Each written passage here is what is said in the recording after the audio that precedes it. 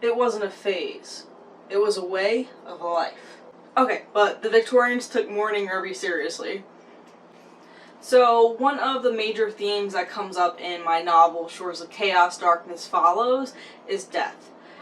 And in the Victorian period, the societal customs and industry surrounding death changed drastically.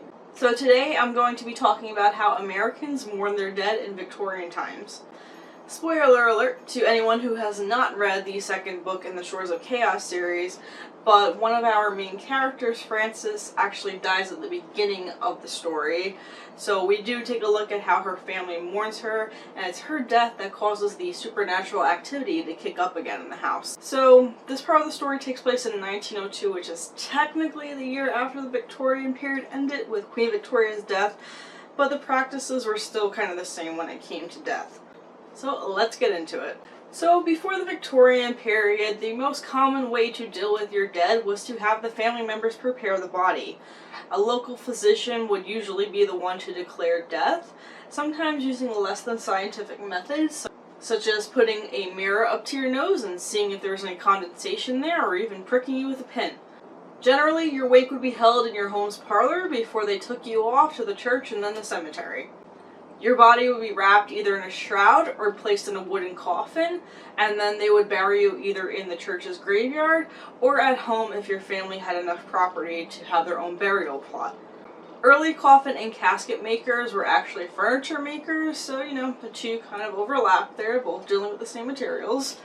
And when these furniture makers later offered to undertake services like digging the grave or preparing the body for burial, they became known as undertakers.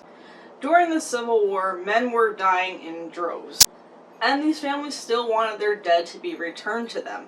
So this is how the practice of embalming really took off. And a lot of these bodies would have to travel over long distances, and of course you don't want that body decomposing on the way, so they really made embalming more of an industry during this time.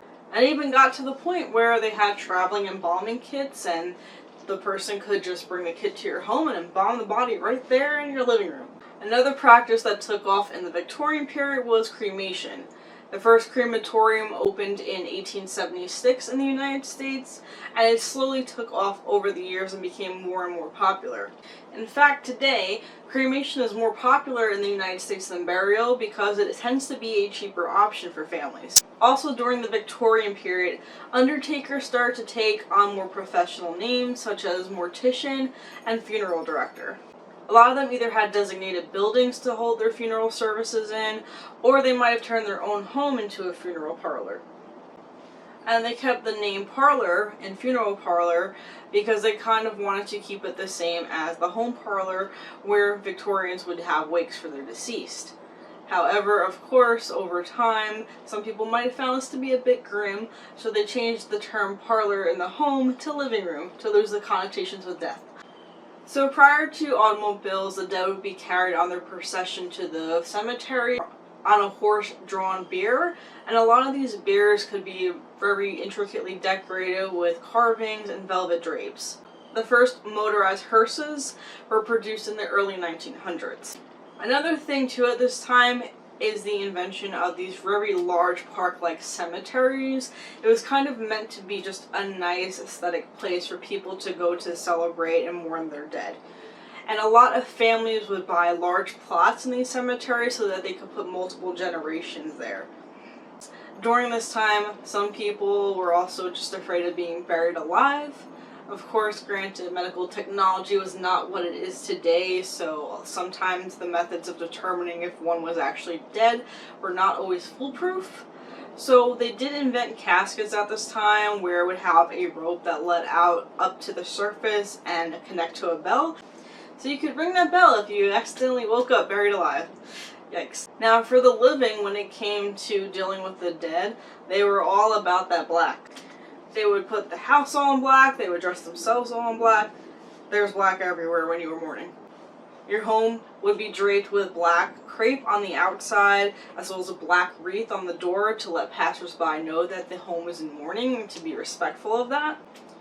They would cover mirrors so that the dead spirit didn't get stuck in them, and they would even stop clocks at the time of death, not only to show respect for the dead, but also that's kind of their way of reporting when that person died. They would even offer funeral cookies that would be wrapped in paper and then sealed with black wax. And then of course there was the black clothing. So Queen Victoria really made it a staple for people in mourning to wear black after her husband Prince Albert died in 1861. She actually wore black for the rest of her life after he died. They actually still have examples of Victoria's mourning dresses, and they're very tiny. I didn't know she was under 5 feet, and here I was thinking I was short. And mourning had strict rules of etiquette at this time. Those of the higher classes would have even stricter rules just to kind of show how well bred they were and how grief-stricken they were. And there was actually different stages of mourning. So the first stage of mourning was very deep mourning. You were expected to wear all black clothing that had no shine to it. So it would be made out of materials like crepe or wool and very little ornamentation. The second stage was ordinary mourning, so you might be allowed to wear a bit more shiny fabrics and maybe a bit more ornamentation, but it's still showing that you're quite sad. And the last stage was half mourning, and you were allowed to wear lighter shades like grays and purples. And how long you were expected to be in these stages of mourning really depended on your gender as well as your relationship to the deceased. Widows were expected to be in deep mourning, that is the first stage of mourning, for a year, while siblings were only expected to wear it for 6 months. Widowers, on the other hand, were expected to be in mourning for 6 months and can sometimes just wear a black armband or hatband. Now, not everyone could afford to have an entire new wardrobe made in black when someone died, so they would either dye old clothing or they would have one set of clothes specially designated for the occasion. So the only exception to the all-black trend would have been for children. So if a child died, the house might be decked out in white crepe and the wreath on the front door might have white flowers. Likewise, for very young children that were in mourning, they were not expected to wear all black because they thought that would dampen their spirits. So instead, they would dress them in white and just have black trimmings on the clothing.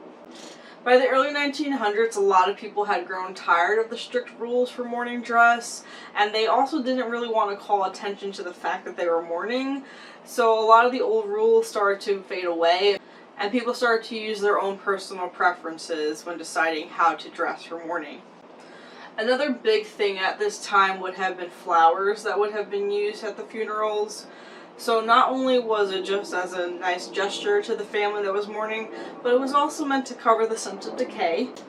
And a lot of these flowers would actually have meanings associated with them. The Victorians were known for their flower language as a way of expressing how they felt through flowers. So for example, tulips could mean friendship, pink carnations could mean never forgetting, and zinnias were for lasting affection. Something else that comes out of the Victorian period is post-mortem photography.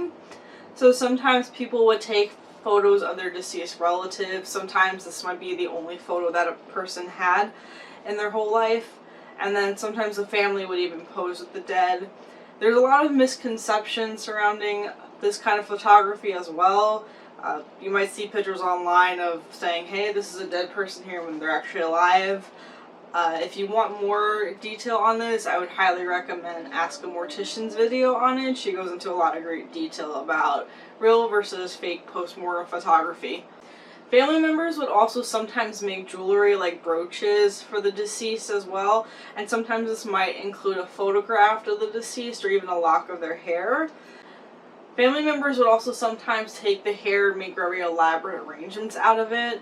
They might make a hair wreath, so to speak, and sometimes they would add hair from multiple family members as more died, so it's kind of like your own little family hair collage.